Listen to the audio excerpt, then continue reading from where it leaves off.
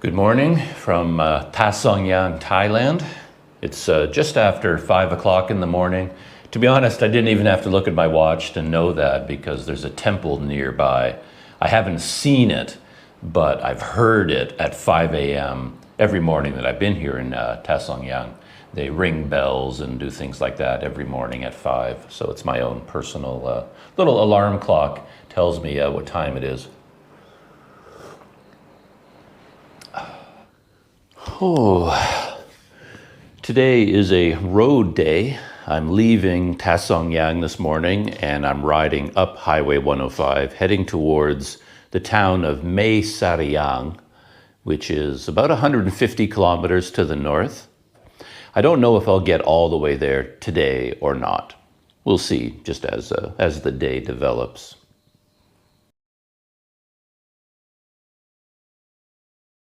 I've got a lot on my mind this morning, a lot of big things, a lot of small things. Let's start with some small things. You might have noticed I've got a chair here, which I'm very happy about.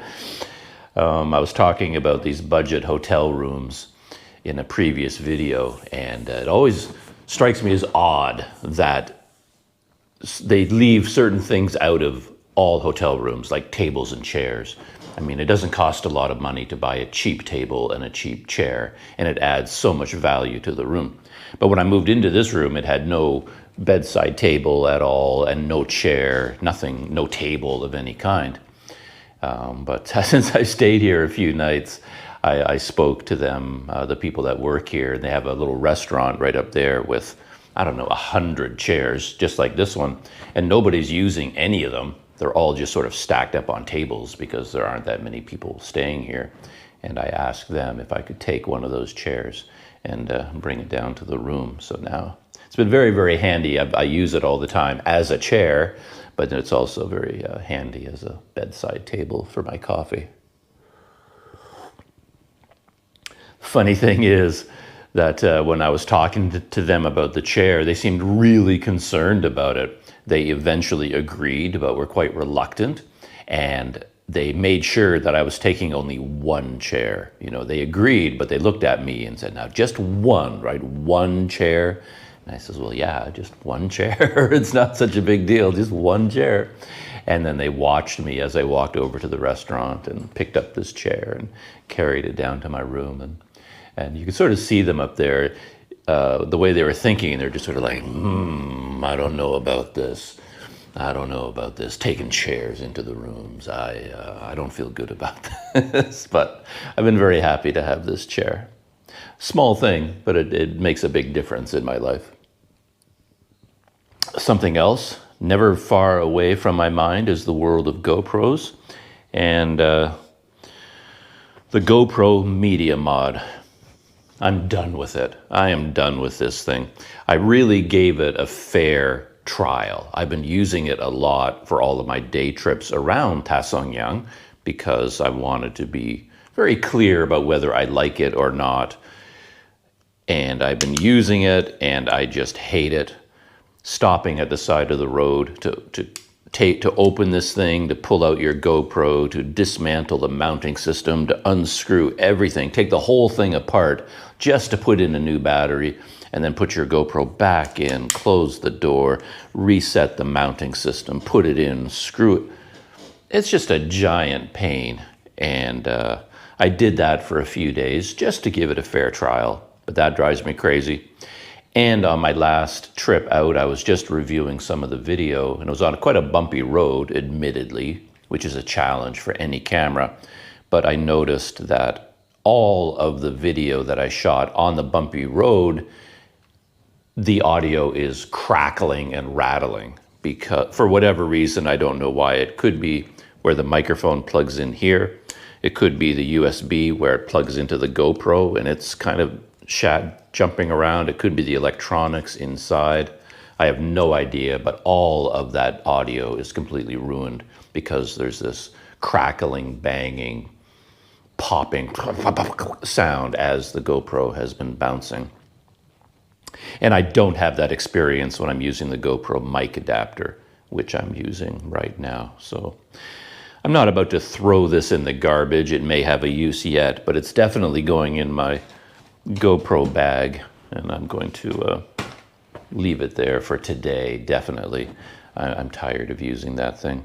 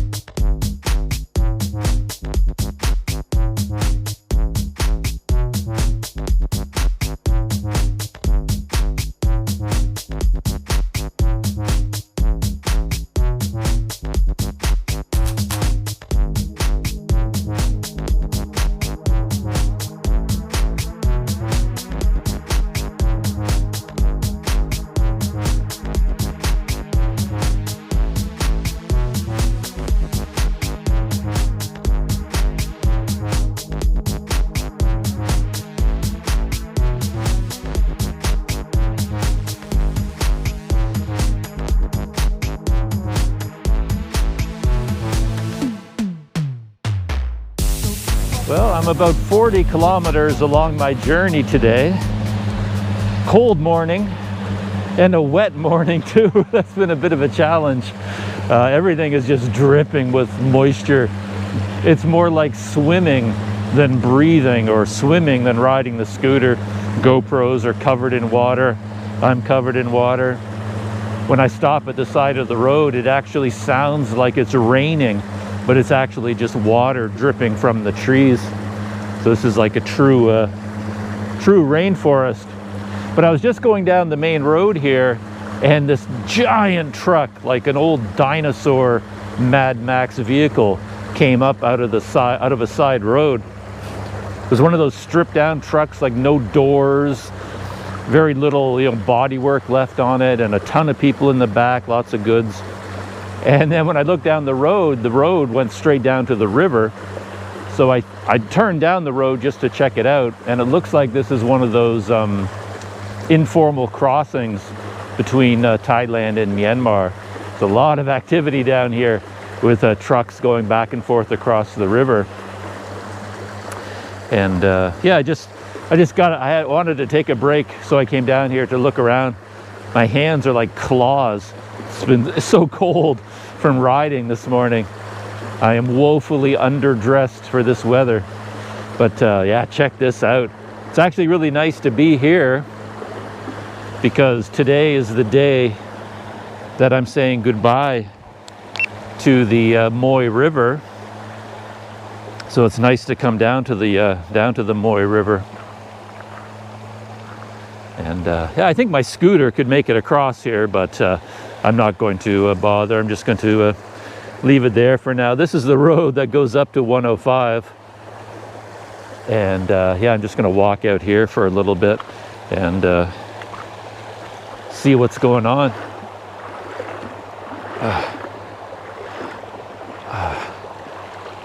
Yeah, it's not too deep here. Yeah, there's a river coming out, small one, coming out to join the Mae River.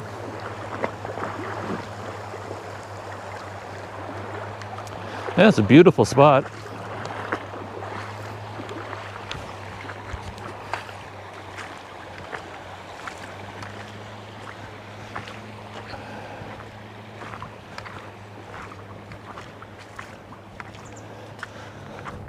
One mystery solved. All these pickup trucks that were coming down here were not necessarily crossing the river. It looks like it's a bit of a sand pit. There's a whole bunch of people over there digging up sand, filling bags with sand. Yeah, a group of monks there too, probably bringing sand up to a temple. It's a really interesting area. I think the people here are Karen. Along the road, I passed some local women in kind of a traditional dress from their culture with baskets on their back. And I saw them ahead of me on the road, and I first spotted them because there were clouds of smoke above their heads. And it just looked really odd. And then when I got up close to them, I saw that they were smoking a pipe. All three women had a big pipe, and they were puffing out clouds of smoke. So I wonder, maybe that huge truck that came out, maybe it wasn't coming from Myanmar, because I don't see anywhere here where it could have crossed the river. Here's the riverside.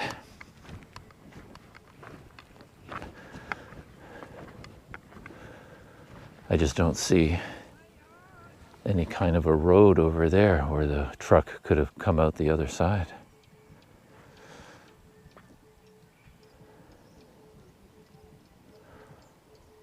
Huh. Yeah, it's been quite a ride so far, I'm telling you.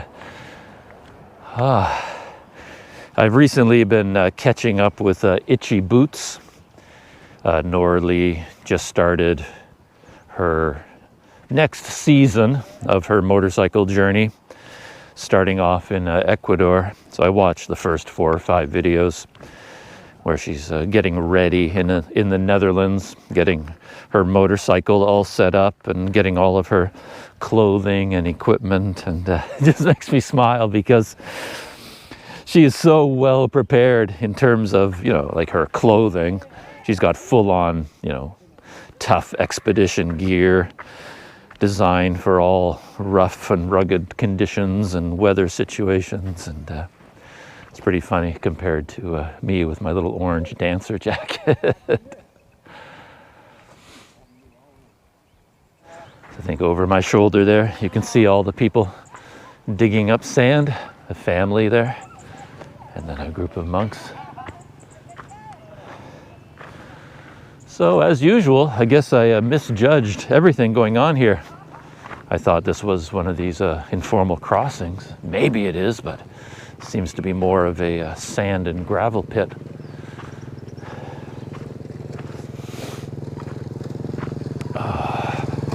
I had plans a few kilometers back to turn into the mountains. There's a scenic lookout point over there. And I thought I would get here just in time for the sun to be rising, and I thought I'd get a beautiful view of the mountains in Myanmar. And I was going to officially start the video for today at that point. But when I got there, a few miles back, it's still exactly like this, completely overcast. There's a thick fog covering the entire world right now. I thought it would have burned away long before now, but it's still here. Yeah, you can really get a sense this is maybe it's a true rainforest. But when I got to that lookout point, there was no reason to climb up into the mountains because there would have been no view up there at all. No sun yet. This is a nice compensation though. This is a beautiful spot.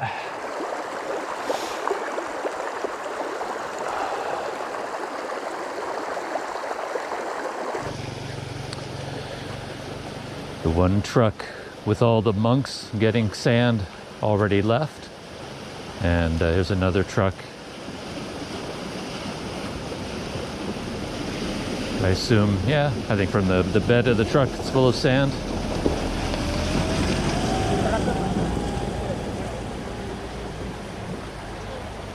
It's interesting.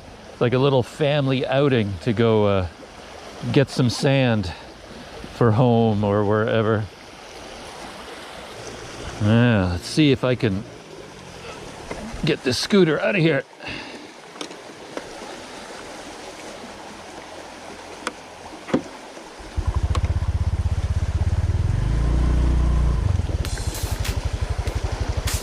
No problem.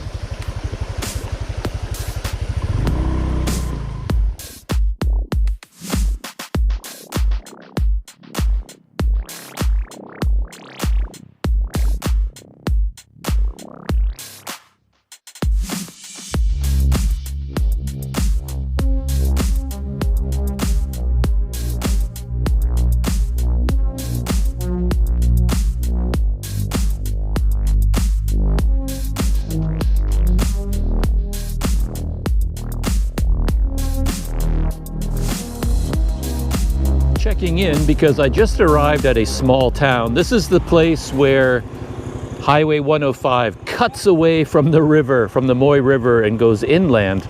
And I just wanted to ride down into the town. I thought it was called Mae Moi. That's what it says on my map, but the sign here calls it Ban Ta Song Yang. So the town I was in was called Ta Song Yang, but I guess this is Village Ta Song Yang. And there's even a slim possibility that I'll spend the night here, because I think there are a couple, I saw a listing for a hotel just up on the highway here, but I'm going to ride into town, take a look around, go down to the river, of course.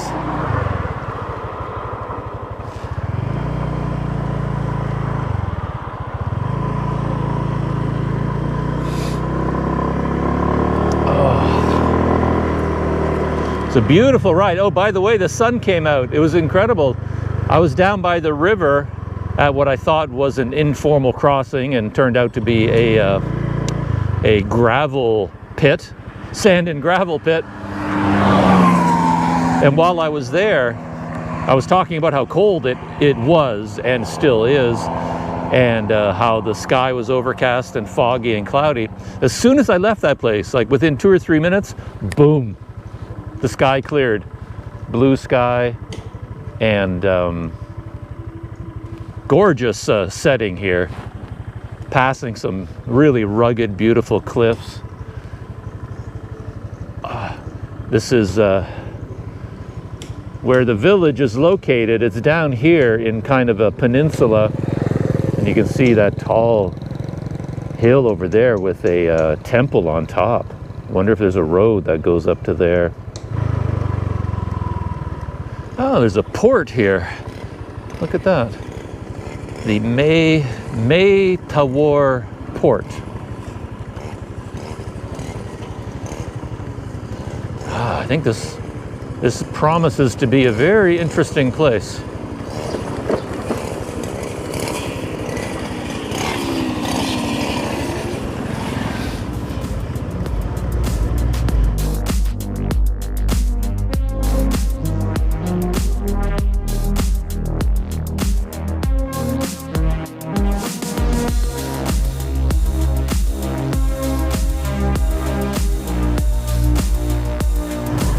A lot of little shops that are open. Yeah, the town has a very open, sort of welcoming feeling to it.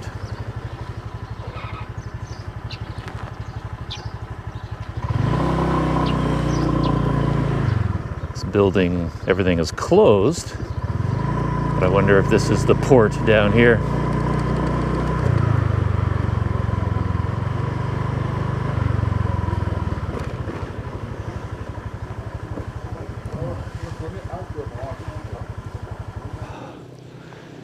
So here I am in Ban Ta Song Yang. Ban Ta Song Yang. Yeah, I took my jacket off because, yeah, the temperature went up dramatically as soon as the sun came out. But yeah, look at that hill right here inside the town.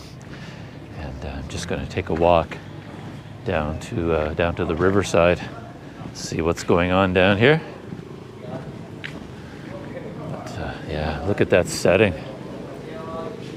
Wow. And if there is a road on the other side, how in the world would that road get over that cliff? I guess, yeah, okay, yeah, I would have to go in that direction, and then there's a ravine, a gap between the cliff there. Man, what a setting. That is gorgeous. Oh, amazing.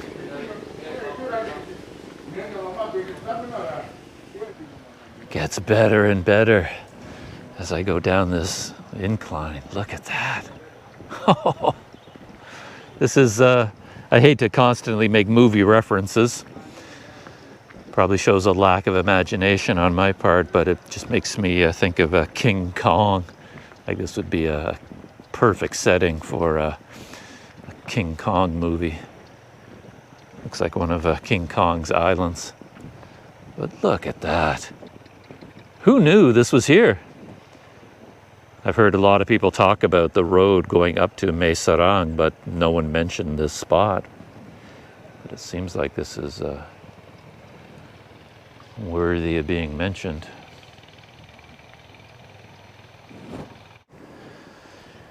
Just noticed this boat here. Looks like it has a brand new engine on it. Nice and shiny. And the guy in that boat there, he's busy fixing his engine. He's got it all dismantled, putting it back together.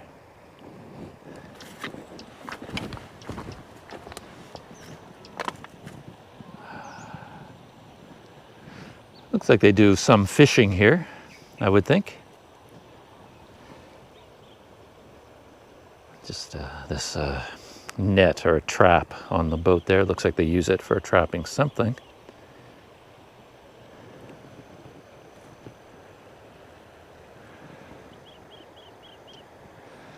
The river here forms kind of a nice harbor, actually. I guess that's why they call it a port. I noticed that the main channel for the river is out there on the other bank, on the other side, flowing pretty fast through a narrow channel. But here, the river widens out into a very flat, kind of calm harbor.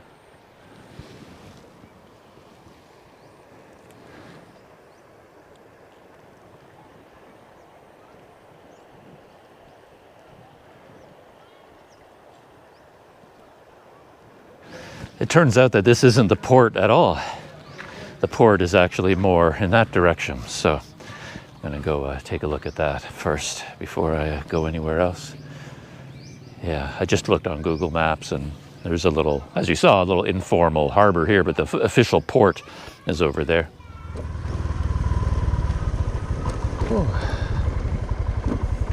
And there's many men with guns down there guarding the place. So I'm assuming the pier is closed. Hello, sir. Hello, how are you? Fine, thanks. And you? Pretty good. Good. Are you alone or with someone? No, alone. Alone? Yeah, just traveling by motorcycle. Hmm? Just alone, just by yourself? Don't you lonely? No, not lonely. I always meet people. Oh, yeah. What is the name of this town? This town we call in Thai is Metabo. Metabo? Metabo. Metabo. Yeah. Oh, okay. But in Thai is Tha Song Yang. Oh, Tha Song Yang. Is there a hotel in this town? A small hotel? No, we have just not hotel, just the bungalow. Okay. It's over there. Over there, the Yeah. bungalows? Yeah. Is it open? I think, Yeah, you think so? Okay. cause I was here for a long. Yeah, I will go take a look. Because it seems like a beautiful place. Oh, yeah. Yeah. But this is the harbor or the port? Yes. Tower Port? But right now it is closed? Yes, we closed Yeah. about of COVID-19. Yeah, COVID-19. Yeah.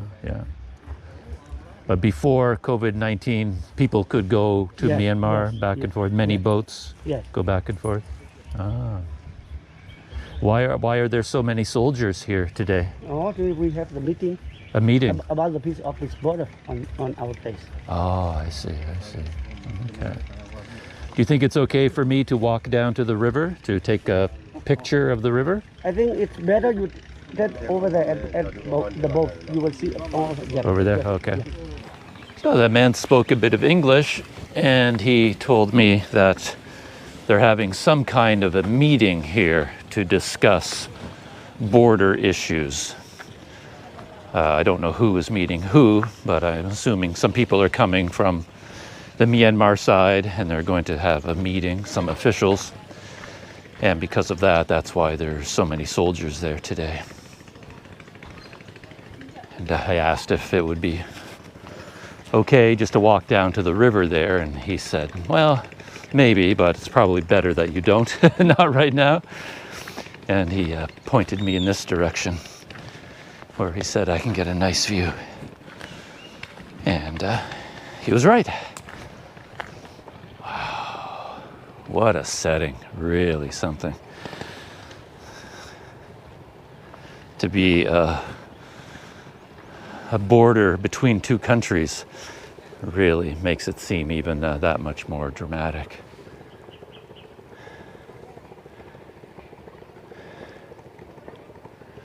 I guess eventually some officials will come down here and take a boat across, and then they will have their meeting here.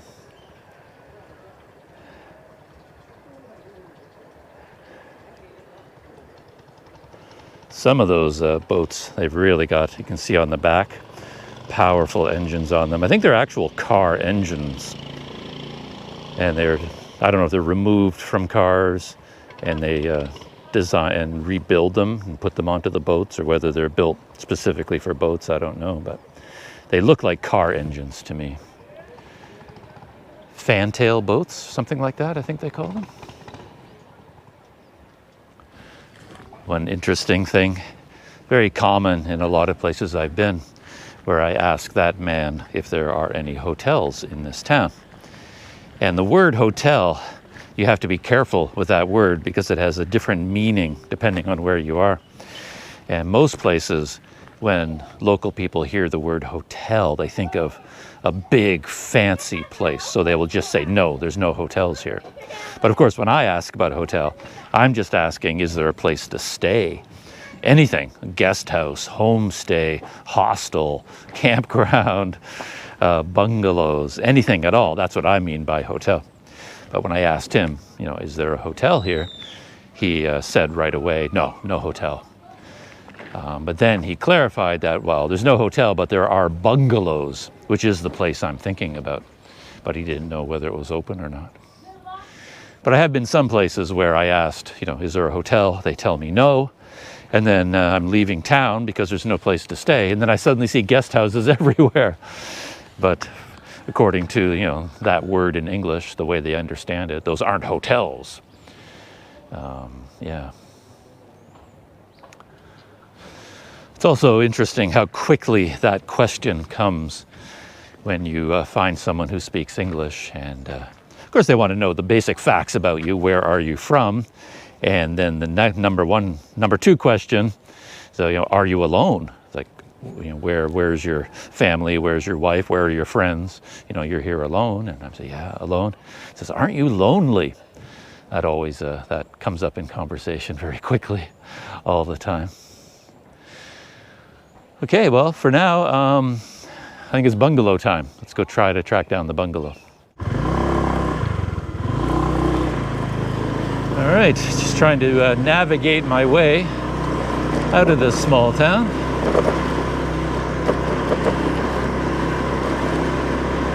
I have to work my way back to the main highway, back to 105. Ooh. There's something I'm always interested in. When I ride through a new place, I'm always scanning, like the Terminator, looking for things that might be useful later on. And I just spotted something down this street. No, not the angle grinder. This thing. And no, it doesn't look like it's working. One of these water purifying stations. You see them all over the place. Some of them, or most of them, are broken though.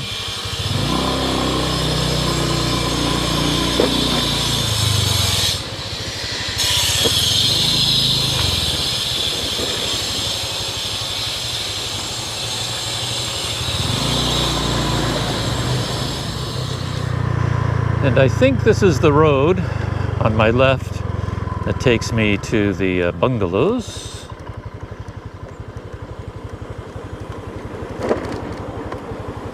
Just outside of town.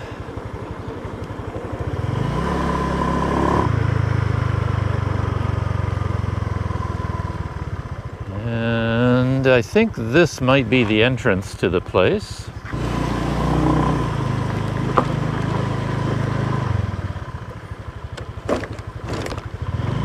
Look at this setting. It's great.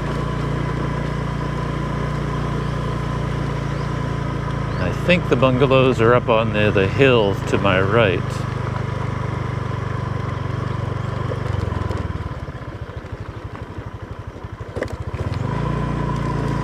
Of course, the question remains just how much these bungalows cost.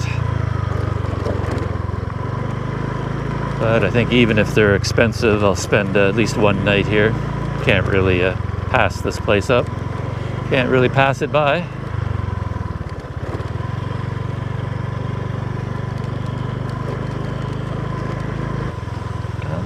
These look like the bungalows on the left.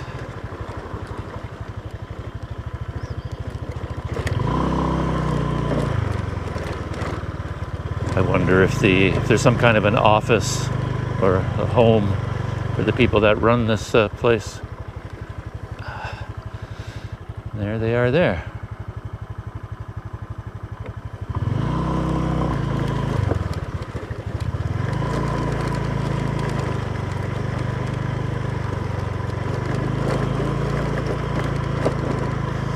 A man was just walking by, and with sign language I kind of indicated I was interested in the bungalows, and he pointed me down the road to this house that I passed on the way in. So maybe the managers or the owners are there. Give that a try anyway.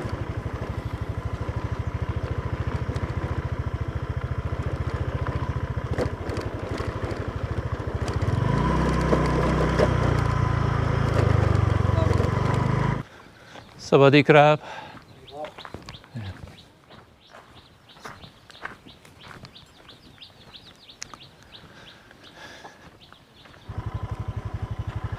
I'm not making a lot of progress in my search. The people at this house have nothing to do with those bungalows, and he was pointing me back towards town. But of course, even if I go to town, I would have no idea where to go if the owners are there.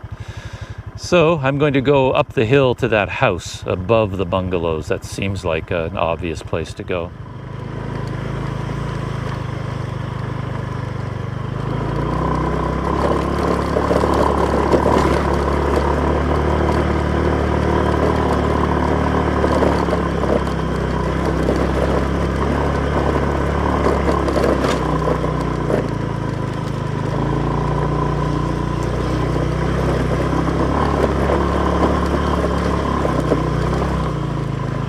Huh. Well, this road didn't even go to those houses. So there's nothing up here. Oh, they got a nice view though.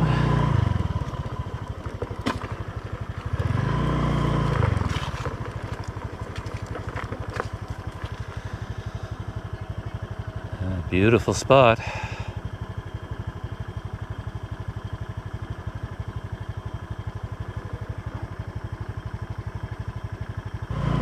Well, back down we go.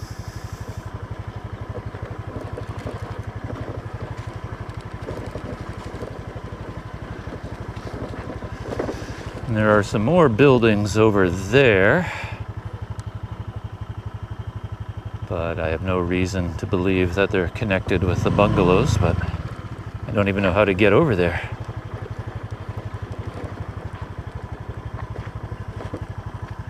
And there they are. 1, 2, 3, 4, 5, 5 bungalows.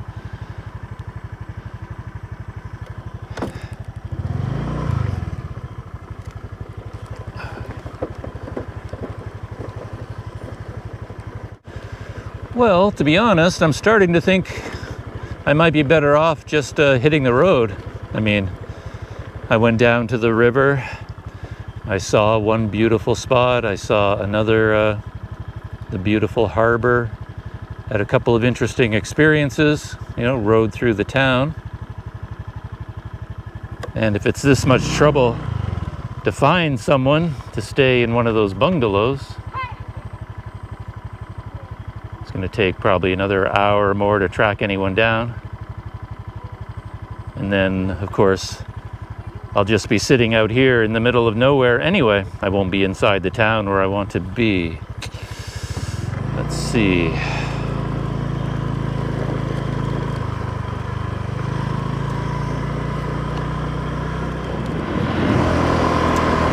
Well, a decision has been made, or kind of made for me, and I'm just heading out of town. I'm going to continue on my way, perhaps as far as Mae Sariang. There's one other town between here and there, a place called Sop Mae, or Mae Sop. That's where the valley begins. And I think there are a couple of hotels there, perhaps, some lodging. I doubt it, but you never know.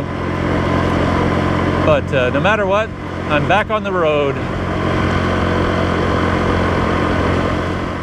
Just zooming along on this road. It's pretty obvious now that I'm here why there are no small roads, no parallel smaller roads. The region here is just way too rough. Beautiful though, windy, curvy road, mountains on all sides, and there's a few attractions along the way. There was like a big lookout point at a mountain, but it looked to be about a 15-kilometer round trip on really rough roads, and I'm not in the mood for rough roads today. And I've passed some signs for caves and waterfalls and things like that. But today, I seem to be in the mood just for driving or riding on my scooter.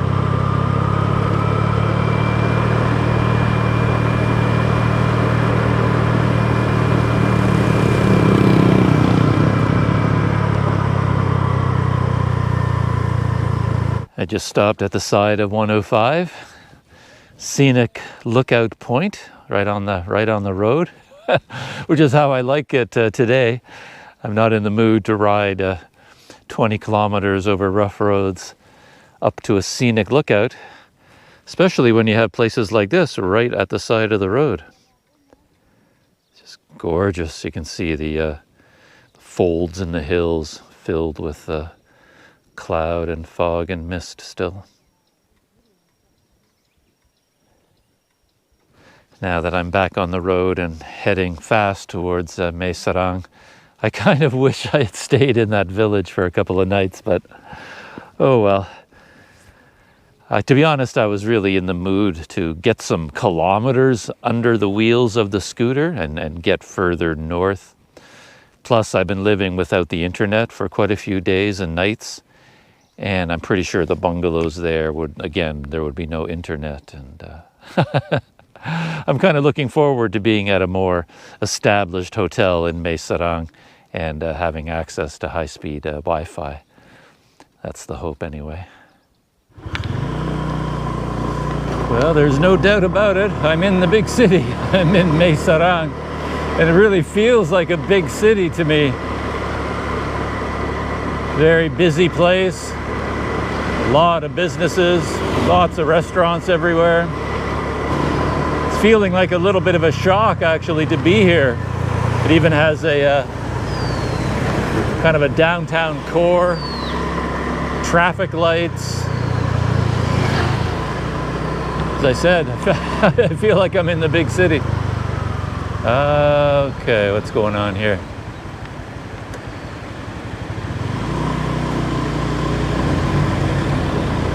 Wasn't sure if this is a one-way street or not. Oh, it just means no parking. Okay.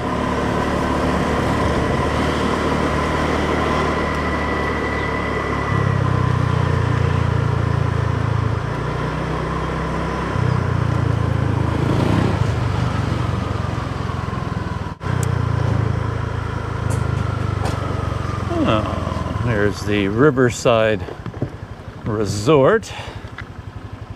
They say it's a 3-star hotel. And there's supposed to be a place called the Riverbank.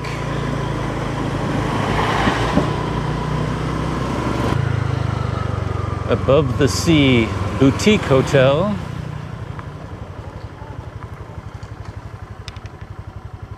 Oh, there's a couple of places here. The Northwest Guest House.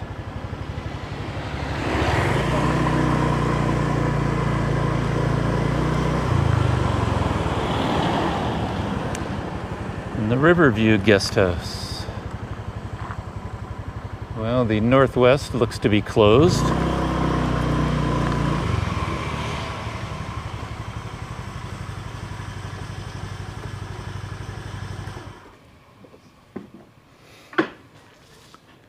And let's pop inside here and take a look. Looks pretty casual. I think I found my home for the night. It turns out that there are a number of like unlisted guest houses here in Mae Sariang. Most of them that I saw are closed. I mean, the doors are locked and padlocks on them, and the gates are boarded up, so they're not open. But a couple of them are open, and this one is the PS Riverview. And when I clicked on its listing on Google Maps, people described it as cheap and cheerful. Though the first rooms they showed me, they're upstairs. I'm down here in the dungeon. The first rooms upstairs were not particularly cheap for this kind of guest house. They were 600 baht per night. And I guess they were nice enough rooms. I saw one of them, and it has, air conditioning and hot water and nice bedding. But yeah, 600 baht up there. And I asked them if they had, single rooms, cheaper, fan only, anything like that. And then they took me down here to the dungeon. And it turns out they have all these rooms down here. Also have a river view. I forgot to mention that. I'm actually right at the river. So the 600 baht per night rooms are just up above me on a balcony, but you also get a view of the river. But down here in the dungeon, you also get a river view. And these rooms are 300 baht per night. So yeah. The most important thing to me is Wi-Fi at the moment, and I checked, and the Wi-Fi signal does seem to reach this room. I can't say where the router might be. Every single time I forget to ask for the password, and I did it again. It's like, why can't, that's one thing I can never remember. Got to go back upstairs. All set, I got the password. I'm in room 5, which is down at the end of the hall. I don't know why they showed me this particular room, but this is the one they showed me. Room 5. And the big reveal, the dungeon. There it is.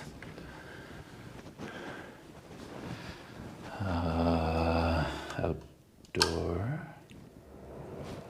Oh, that's a fan, okay.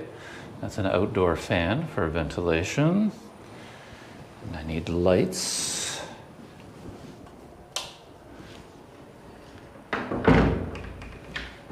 Oh. So here we are, pretty basic. So the rooms upstairs that are double the price are easily double as nice. I mean, it's actually a much nicer room than this one in every way, but I can make myself comfortable down here, I'm sure. Pretty basic bathroom as well, but it even has a hot water. A little sink outside here. And look at that. Chair and a bedside table and another table, a little bedside table. Or I guess this isn't really a table, this is a stool, but that becomes my bedside table for my coffee, which I'm going to enjoy very soon. And over here, I like this arrangement a lot because here is the power, the 2 outlets, and then it has this right underneath it, so you can run your cords down here and put all your electronics there. So yeah, I mean, it's extremely basic, very much a dungeon style room. But oddly enough, in terms of design and livability, it's already these latches and all these doors always go out of whack, right? And then they never ever get around to fixing them. Like I can't get the latch to fit. Not with one hand anyway. No, I was just saying that I've stayed in much nicer rooms than this one recently, and yet they aren't nearly as well designed. Just because, basic things, electricity near a table, something you can use as a bedside table, a little place where you can hang your clothes and your towels, some hangers, a chair. Oh, and yeah, I guess that's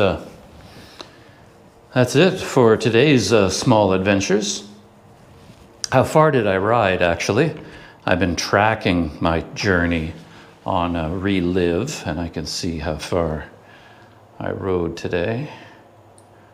Drum roll. I rode my scooter 160 kilometers, 159.2 to be exact. So, and the journey, start to finish, is almost exactly 7 hours. So, welcome to the dungeon, Doug's dungeon.